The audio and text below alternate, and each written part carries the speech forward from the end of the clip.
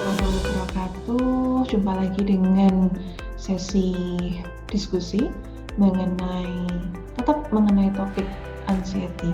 Kali ini saya Zuratun Aulia ditemani oleh Dr. Moda Bartolomeus Alvin Chandra yang akan menyampaikan salah satu pertanyaan dari peserta webinar sebelumnya. Tetap diskusi mengenai kecemasan. Barangkali boleh Alvin kita share screen materinya. Saya izin share-nya untuk Oke. Jadi masih untuk terlock. Oke. Jadi untuk pertemuan kali ini kita perlu untuk menyampaikan beberapa hal mengenai kondisi gangguan kecemasan, dan ternyata memang gangguan kecemasan ini memiliki variasi gejala. Tidak semua orang memiliki kondisi yang serupa. Oke, yang nantinya akan kita sambung dengan beberapa tema yang mengarah pada varian dari gejala kecemasan tersebut. Oke, mungkin sudah bisa. Jadi di sini kita akan mengambil salah satu pertanyaan dari peserta. Oke, jadi lebih ke arah cemas menghadapi kondisi sosial. Oke. Jadi di sini Nah, jadi di sini saya tidak sendirian, jadi ada Dr. Maulda Alvin. Oke, boleh langsung ke pertanyaannya. Oke, jadi ada yang nanya nih, dokter mau nanya, susah banget buat bersosialisasi, padahal udah mau masuk universitas. Jadi sepertinya ini mahasiswa baru ya. Aku nggak bisa buka obrolan sama orang baru, dan biasanya jadi convo killer. Nah, apa nih convo killer? Mungkin nanti biar Dr. Alvin yang jawab nih. Aku juga agak susah buat percaya ke orang lain. Nah, gimana sarannya ya? Oke, mungkin boleh Dr. Moda Alvin dulu yang menjelaskan tentang membreakdown tentang kondisi ini, tentang sosialisasinya, dan bagaimana seperti apa supaya lebih mudah percaya dengan orang lain. Oke, silahkan Vin. Baik, terima kasih dokter untuk pembukaannya. Jadi berdasarkan pertanyaan tadi, kita bisa breakdown, kita bisa dekonstruksi dulu berdasarkan keluhan-keluhan yang mungkin dirasakan oleh pasien ini yang ditanyakan.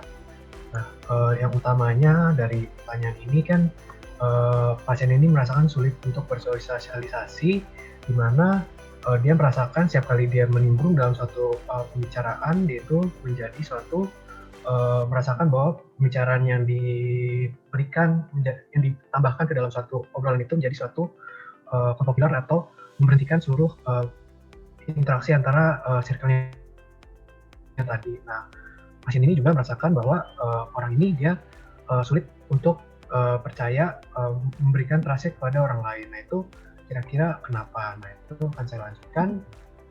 Jadi pada orang-orang ada suatu perasaan tertentu yang disebut sebagai kecemasan atau ansietas. Nah, ansietas ini sendiri itu merupakan salah satu respon yang normal pada suatu individu, di mana kecemasan itu adalah suatu reaksi diri untuk reaksi defense instinktif untuk menyadari ancaman yang berasal dari luar.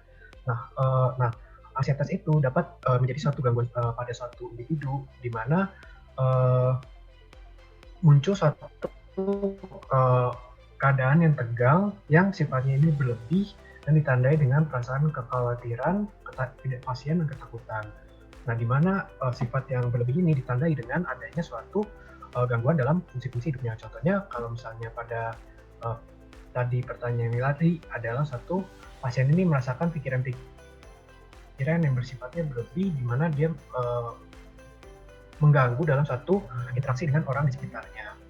Nah, kondisi itu disebut sebagai untuk kondisi yang tadi yang dimana dia merasakan rasa kecemasan di dalam fungsi sosial, itu disebut sebagai social anxiety. Nah, rasa cemas atau takut berlebihan itu biasanya untuk social anxiety muncul di saat dia harus ada suatu potensi muncul di mana rasa cemas itu muncul di saat sebelum dia pun dia tahu bahwa beberapa saat lagi dia akan harus berinteraksi dengan orang lain dan rasa-rasa kecemasan itu akan muncul. Nah, ini beberapa faktor-faktor terkait yang berkaitan dengan kecemasan sosial tadi. Nah, umumnya kecemasan sosial ini banyak dijumpai lebih banyak di negara maju dibandingkan negara berkembang. Ini ada beberapa faktor-faktor yang memainkan peranan tersebut, contohnya seperti faktor kultural di mana negara berkembang memiliki tingkat acceptance terhadap interaksi sosialnya ini lebih tinggi, sehingga setiap adanya kelainan-kelainan dalam interaksi itu lebih mudah dideteksi dan datanya pun menjadi akhirnya lebih banyak. Selanjutnya, estimasi sebanyak 4% dari seluruh populasi dunia itu mengalami gangguan kecemasan sosial. Dan untuk di Indonesia sendiri itu data terbaru menunjukkan ada sebesar 3,3% individu dari seluruh populasi total yang mengalami kecemasan sosial. Nah, untuk faktor demografi di mana BBR ditemukan itu bisa untuk kecemasan sosial itu banyak lebih ditemukan di usia muda, pada wanita, untuk yang statusnya tidak menikah dan tingkat ekonomi serta pendidikannya yang lebih rendah.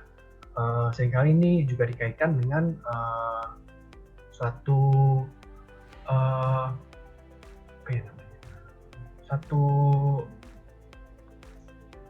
prediktor atau harapan dari orang tersebut terhadap lingkungan di sekitarnya yang makin memperparah dari kondisi kecemasan sosial itu tersebut, atau performance issue dari individu tersebut. Selanjutnya, seringkali dikaitkan dengan gangguan mental lainnya terkait dengan social anxiety ini, contohnya ada depresi. Untuk orang-orang yang mengalami social anxiety ini juga sebesar 38% itu hanya yang memutuskan untuk mendapatkan terapi lebih lanjut untuk mengatasi kondisinya. Dan biasanya orang-orang ini tuh juga yang sudah mengalami gejalanya ini berat ataupun dalam jangka waktu lebih panjang. Dan studi yang saya baca itu biasanya setelah 10 tahun dia mengalami kondisi ini, dia baru memutuskan untuk datang ke fasilitas kesehatan untuk dia meminta terapi lebih lanjut untuk mengatasi kondisinya. Nah, ada beberapa gejala yang bisa dialami oleh individu yang mengalami kecemasan sosial. Nah, ini ada beberapa gejala bisa dibagi menjadi dua, yakni ada gejala fisik dan juga gejala psikis. Untuk gejala-gejala ini muncul di saat orang itu merasakan bahwa dia harus berinteraksi dengan kondisi-kondisi di mana dia harus berinteraksi dengan orang lain. Nah, untuk gejala-gejala ini juga tidak semuanya muncul, namun juga ada variasi-variasi antar individu di mana mungkin dia sifatnya ringan, ini gejalanya mungkin yang muncul hanya sebagian atau mungkin semuanya dan sangat mengganggu sekali di mana dia dikategorikan sebagai sangat berat, dan biasanya orang-orang ini yang membutuhkan terapi lebih lanjut. Nah, untuk gejala fisik contohnya ada berkeringat, gemetar di ekstremitas atau di tangannya, mudah lelah, lalu kulitnya memerah terutama di area wajah, lalu dia merasakan sakit kepala, sesak untuk bernafas, ototnya menjadi tegang, mual atau muntah dan diare, sulit untuk berbicara dia menjadi sulit, lalu dia juga ada pusing, merasa ingin pingsan dan juga jantungnya menjadi berdebar. Untuk gejala psikis yang mungkin dialami oleh pasien itu utamanya dia merasa takut bila ada orang yang mengetahui dia merasakan di situasi di mana orang ini bisa ngejudge dirinya, bahwa orang ini gugup nih. Nah, dia merasa bahwa pasti dia akan merasakan takut ya di kondisi-kondisi tersebut, terutama untuk interaksi dengan orang lain. Lalu dia merasakan cemas ketika ada orang yang mengetahui dirinya stres. Sama seperti tadi, dia merasakan ketakutan yang berlebihan di situasi-situasi sosial di mana ada potensi orang bisa ngejudge dirinya. Selanjutnya, dia bisa lebih sering menghindari acara-acara sosial karena kan kondisi tadi seperti acara seperti pesta atau tempat ramai.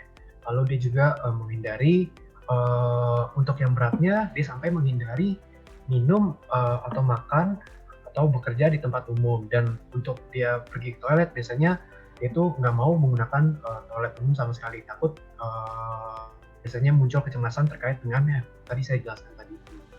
Lalu juga bisa muncul panik saat menerima telepon karena bisa muncul yang karena ketakutan untuk berbicara atau berinteraksi orang lain, walaupun itu juga walaupun tidak bertatap secara langsung face to face. Lalu mungkin yang ditanyakan sekarang, apakah social anxiety dan pemalu itu sama atau tidak? Nah, social anxiety dan pemalu itu berbeda sifatnya jauh sekali, di mana social anxiety itu merupakan kondisi yang muncul kecemasannya bisa jauh sebelum orang itu harus berada di dalam situasi sosial, di mana sebelum orang itu harus berbicara dengan orang atau harus datang ke suatu pesta atau suatu rapat, nah itu dia sudah merasakan gejala kecemasan tadi. Dibandingkan dengan orang pemalu, di mana orang pemalu ini mungkin dia merasakan takut ataupun ketakutan, namun ketakutan itu muncul di saat dia itu sudah datang di dalam acara atau fungsi sosial tadi, seperti munculnya misalnya dia orang sudah datang di pesta atau di rapat, nah dia mungkin menjadi orangnya lebih pendiam, namun di dalam situasi seperti biasa dia bersifat fungsional itu normal. Nah, selain itu untuk gejala fisiknya tadi seperti yang berdebar, flushing atau kulitnya memerah dan juga gemetaran, nah itu lebih banyak muncul dan dominan di orang yang mengalami kecemasan sosial. Nah, yang untuk ketiga perbedaannya adalah yang untuk fungsi kecemasan sosial, sifatnya ini sangat lebih mengganggu dalam kehidupan individu tersebut yang memaksa orang itu untuk datang, misalnya walaupun terlambat, dia memerlukan bantuan untuk mengatasi gejalanya tersebut. Nah, ada beberapa faktor risiko yang bisa memperparah atau memicu dari kondisi kecemasan sosial ini. Bisa dibagi dua menjadi faktor internal dan eksternal. Nah, untuk faktor internal, ya ini genetik, itu bisa studinya juga belum banyak terkait dengan gen kenapa yang bisa dikaitkan dengan ini, namun juga ada beberapa data di mana jika ada orang terdekat, ada famili terdekat, terutama first line atau keluarga derajat pertamanya yang mengalami kecemasan sosial, itu keluarga yang terdekatnya yang relasinya tersebut juga mengalami kemungkinan untuk mengalami gangguan kecemasan sosial. Lalu juga faktor biologis, di mana terutama di bagian otak, yakni adalah amigdala dan prefrontal cortex, itu yang dimana dalam satu studi dilihat bahwa melalui aktivitas otaknya ini untuk individu-individu yang mengalami hiperaktivitas di bagian otak tersebut di dalam situasi sosial, nah itu dia biasanya cenderung itu dikaitkan dengan orang yang mengalami kecemasan sosial. Kalau untuk temperamen, orang yang bersifatnya lebih mau menghindari contohnya untuk faktor temperamen itu juga dikaitkan, contohnya seperti orang yang menghindari suatu masalah ataupun untuk menghindari satu masalah, itu juga salah satu faktor temperamen yang dikaitkan dengan kecemasan sosial. Lalu untuk faktor kognitif ini itu juga sama seperti tadi, untuk faktor kognitif itu di mana orang-orang yang sifatnya lebih menutup dan tadi seperti tadi itu juga lebih dikaitkan dengan kecemasan sosial. Untuk perilaku pengaman ini itu sifatnya adalah, contohnya adalah orang yang memiliki kebiasaan untuk menghindari tatapan mata, atau misalnya orang yang sifatnya menutup diri, itu dikaitkan memiliki ada suatu siklus di mana orang yang sifatnya menutup diri itu dia tidak mau membuka, dia tidak mau berinteraksi dengan lebih cenderung tidak berinteraksi dengan orang lain di dalam situasi tertentu yang sifatnya tidak menyenangkan. Nah, situasi di mana orang itu semakin banyak dia tidak bersosialisasi dan munculnya kecemasan sosial itu seperti siklus, di mana semakin banyak dia tidak bersosialisasi, kondisinya juga semakin tidak membaik. Lalu juga ada hubungan dengan teman, di mana untuk hubungan dengan teman atau keluarga, di mana misalnya dia memiliki riwayat dengan riwayat suportif yang kurang baik untuk temannya, di mana dia tidak ada teman baik untuk dia berkomunikasi untuk perasaan-perasaannya itu. Orang juga biasanya lebih menutup diri dan juga dikaitkan dengan adanya kecemasan sosial. Lalu juga untuk asuhan keluarga, misalnya keluarganya ini bersifat lebih mengekang, lebih menutup dalam pergaulan suatu anak, itu juga terutama dalam budaya yang saya baca, budaya-budaya Asia itu dia lebih cenderung mengalami lebih cenderung berpotensi mengalami kecemasan sosial di usia lebih dewasanya nanti. Dan untuk riwayat traumatik tentu saja misalnya orang itu misalnya pernah dibullying di situasi kelasnya. Nah itu orang itu mungkin dia merasakan adanya menghubungkan antara situasi keramaian dan juga dengan riwayat traumatik tersebut, sehingga orang itu ada kemungkinan dia untuk di situasi di kedepannya nanti yaitu lebih sifatnya aversif atau menjauhi dari situasi-situasi sosial tadi dan muncul gejala-gejala yang tadi itu. Untuk faktor budaya itu juga dikaitkan dengan riwayat asuhan keluarga tadi dan juga riwayat acceptance dari suatu lingkaran sosial berkait dengan suatu budaya tertentu. Contohnya di suatu budaya barat itu orang-orangnya lebih terbuka dengan satu sama lain, dan juga sehingga suatu kondisi social anxiety itu lebih banyak lebih mudah ditemukan, namun juga lebih mudah untuk untuk lingkungan suportifnya tadi itu lebih mendukung untuk supaya suatu proses rehabilitatif dari orang tersebut, sehingga orang tersebut lebih dapat berfungsi lebih normal lagi. Nah, untuk langkah sederhana yang dapat diambil oleh individu yang mungkin tadi orang yang tadi itu bertanya, itu terkait dengan mungkin tadi dia merasakan ada pikiran-pikiran di mana setiap kali dia menimbun suatu pembicaraan dia menjadi suatu conversation killer, ataupun tidak mudah mempercayakan diri terhadap orang lain dan tidak mudah percaya terhadap orang lain. Jadi ada beberapa langkah yang dapat kita langkah-langkah sederhana pertama dalam refleksi terhadap pikirannya yang bisa diambil untuk harapannya membantu dari pikiran-pikiran tadi itu.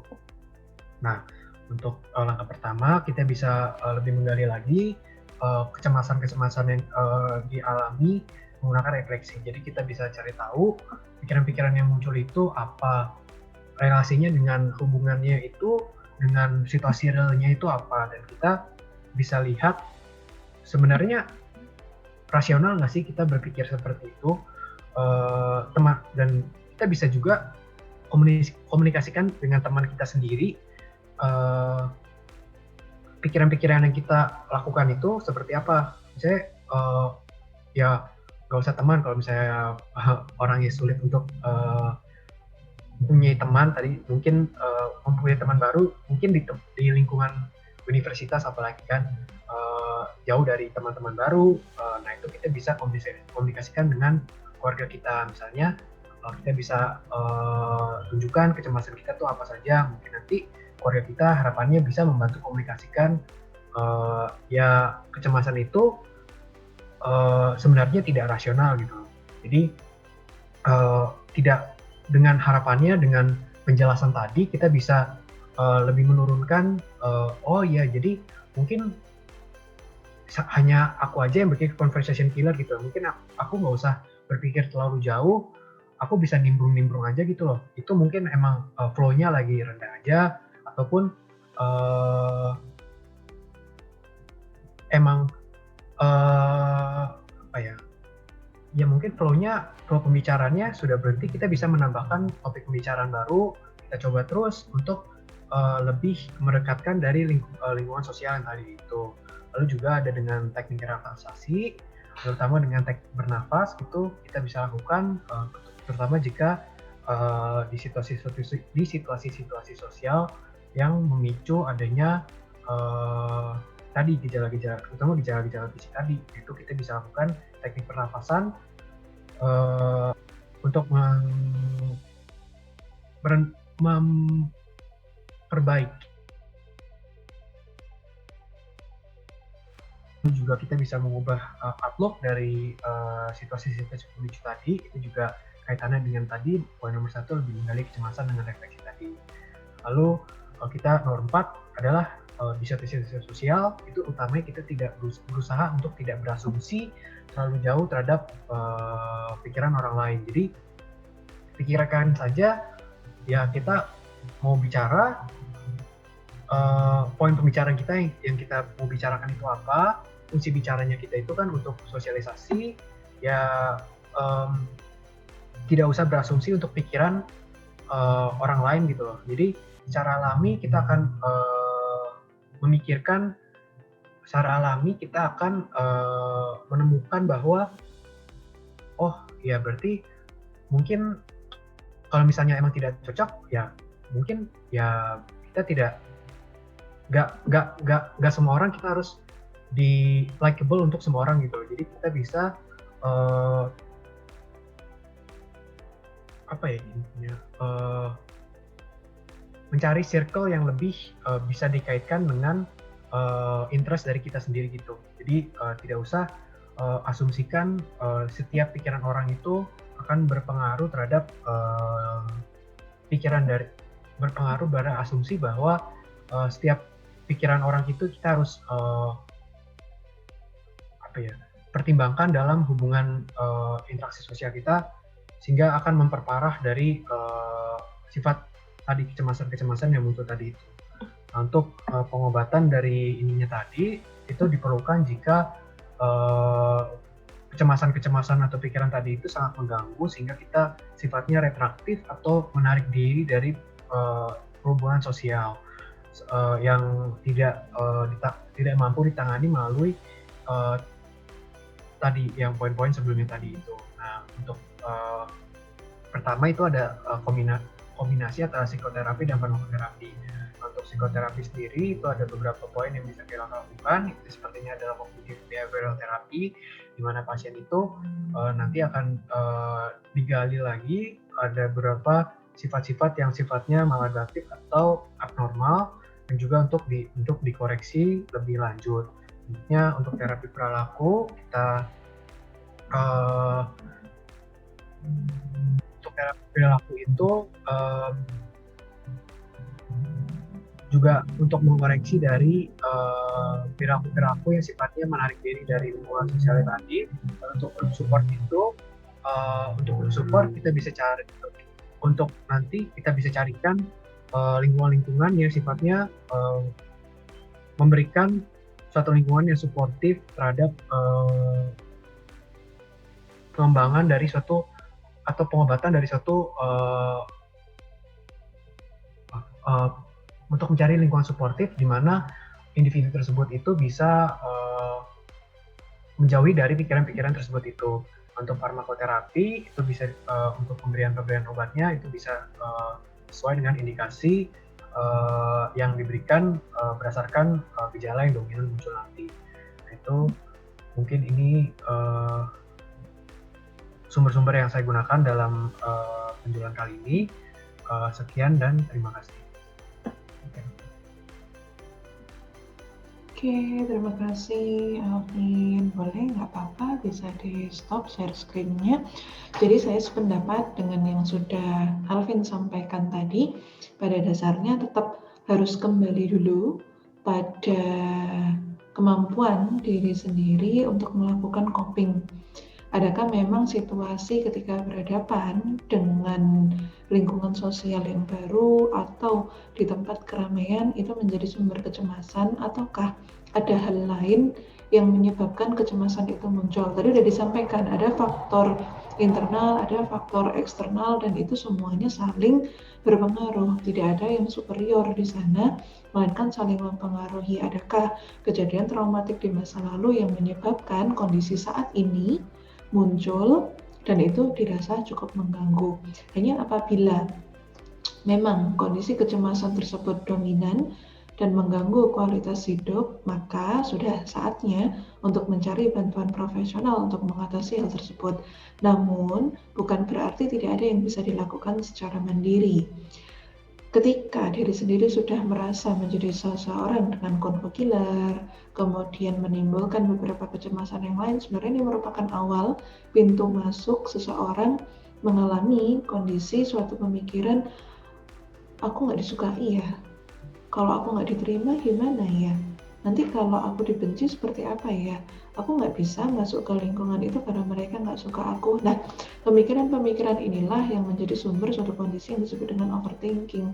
Jadi seharusnya mulai diredam terlebih dahulu. Adakah pemikiran tersebut benar? Dibuktikan dulu benar. Jika memang benar, kita perlu melakukan introspeksi. Adakah circle pertemanan kita yang memang tidak terlalu mendukung? Ataukah memang support system yang ada tidak menghendaki kita di sana, ataukah seperti apa? Dan perlu saling mencari koreksi, kira-kira ke depan harus bagaimana dan apa. Dan tetap yang harus dikoreksi adalah diri sendiri terlebih dahulu, sehingga jangan sampai hal ini menjadi beban dan menimbulkan kecemasan-kecemasan yang lain. Untuk presentasi di depan kelas ataupun berhubungan dengan orang lain itu tetap perlu dicoba.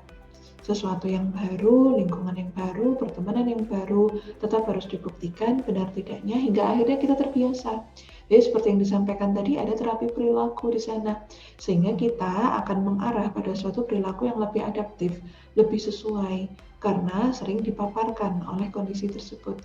Kalau memang takut presentasi di depan kelas, maka coba latihan dulu berbicara latihan ya, jadi bukan berarti saya meminta untuk berbicara sendiri, tidak. Jadi latihan saja dulu di rumah, di kamar, dengan teman-teman satu kelompok. Tapi kalau dalam musim pandemi seperti ini, ya mungkin bisa kita latihan secara online seperti ini, boleh, nggak apa-apa, sebelum akhirnya kita melakukan presentasi di depan kelas.